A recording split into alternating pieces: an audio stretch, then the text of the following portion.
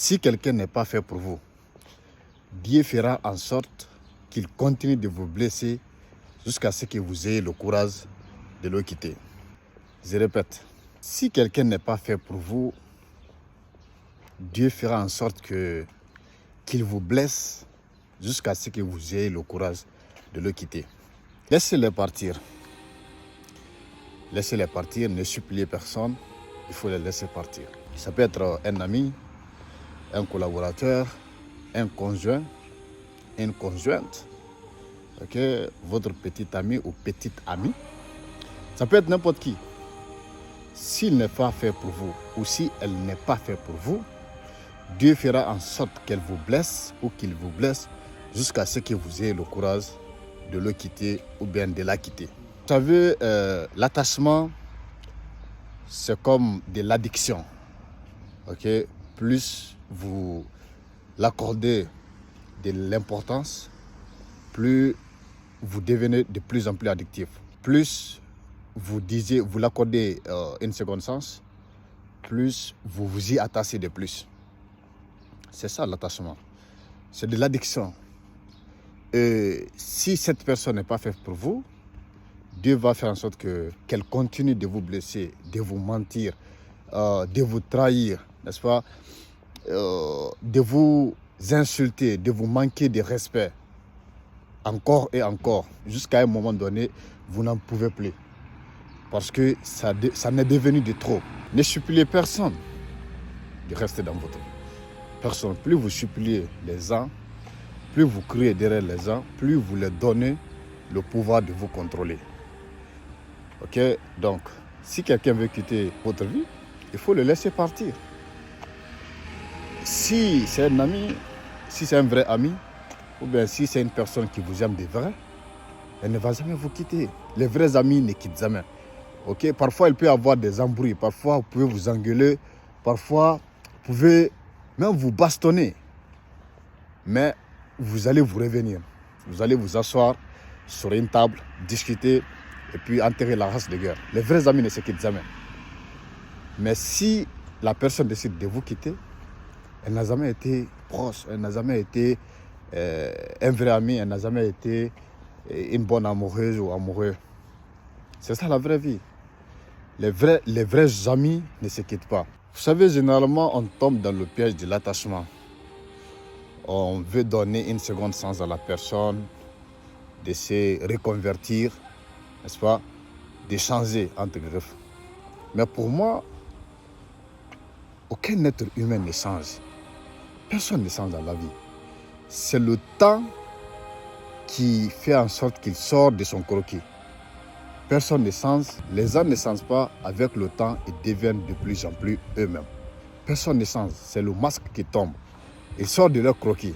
Non, il a changé, elle a changé depuis un moment, elle ne me respecte plus, elle parle mal à mes parents, elle se plaint trop, n'est-ce pas, elle est narcissique. Non, elle n'a pas changé. Vous savez, quand les gens se rencontrent pour la première fois, c'est humain, c'est la nature humaine. On ne se montre que nos côtés positifs, nos atouts et tout ce qui va avec. On montre à l'autre ce qu'on a à offrir et on cache le mauvais côté. Et c'est avec le temps qu'on va découvrir tous ces côtés-là, tous ces côtés négatifs, narcissistes. Donc il ne faut jamais vous étonner que non, quelqu'un fait ça, ceci et cela. Il faut toujours vous réserver. C'est pourquoi moi je dis que avant de commencer toute relation, ça peut être de l'entrepreneuriat, c'est-à-dire une collaboration, ça peut être une relation amoureuse, de l'amitié. Il faut toujours avoir ce pourcentage de méfiance. Il ne faut pas vous donner à 100%. Il ne faut pas mettre tous vos organes dans une relation à la première rencontre. Ça ne peut pas marcher comme ça. Parce que vous serez déçus. Mais si vous avez réservé cette zone d'ombre, cette zone de méfiance, le jour où la personne va sortir de ses croquis, ça ne va pas vous étonner. Parce que vous y étiez préparé. Ne continuez pas à donner des secondes chances, espérant que la personne change. Elle ne va jamais changer parce qu'elle a toujours été ça. Elle a toujours été cette personne. Elle ne va jamais changer. Vous allez beau dire, je vais l'accorder une seconde chance, on vous insulte, vous continuez à tolérer. On vous manque de respect devant les gens, vous continuez à tolérer. Or, on vous ment, vous continuez à tolérer. Vous savez, un petit manque de respect, une petite bêtise ouvre la porte à des grandes bêtises. Un petit manque de respect ouvre la porte à des gros manques de respect. Je répète, une petite bêtise ouvre la porte à des grandes bêtises. Un petit manque de respect ouvre la porte au mépris. Donc ne tolérez pas. Ne donnez pas de second sens. Parfois, c'est bon de donner une seconde chance lorsque vous aimez beaucoup la personne. Mais il ne faut pas que ça soit une addiction. À chaque fois que la personne répète la même chose, vous essayez de comprendre, de justifier ce qu'elle fait. Vous pouvez dire non, peut-être qu'elle passe les mauvais moments, parce que non. Ne cherchez jamais de justification pour quelqu'un. S'il sait qu'il a mal agi, ok, peut-être qu'on peut dire sur le coup d'émotion, il a mal agi. Mais après quelques heures, il reviendra pour présenter ses excuses. Si ce n'est pas le cas, vous ne cherchez pas des excuses. Vous savez, il y a des gens comme ça. Quelqu'un leur font du mal, quelqu'un leur manque de respect, quelqu'un les insulte devant les gens. Ils cherchent à justifier ça par eux-mêmes. En fait, c'est eux qui sont les victimes, mais ils cherchent à justifier l'acte de l'autre. Commence à dire, bon, voilà, blablabla. Si vous faites ça, vous lui donnez l'opportunité de répéter encore et encore. Comme je l'ai dit, une petite bêtise ouvre la porte à des brèches. Si vous tolérez une petite chose, ça ouvre la porte à des grandes choses. Donc, ne donnez pas de secondes chances. À défaut, donnez seulement une seule fois.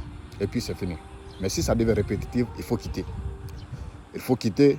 Ne vous accrochez pas à quelqu'un. Donc, et puis si vous vous séparez, c'est qu'aucune séparation n'est facile, mais si vous vous séparez, arrêtez de vivre dans le passé. Comme je l'ai dit, si quelqu'un n'est pas fait pour vous, Dieu fera en sorte qu'il continue de vous blesser encore et encore, qu'il continue de vous mentir encore et encore, qu'il continue de vous manquer de respect encore et encore, jusqu'à ce que vous ayez le courage de le quitter. Parce qu'à un moment donné, vous allez dire, bon, c'est bon.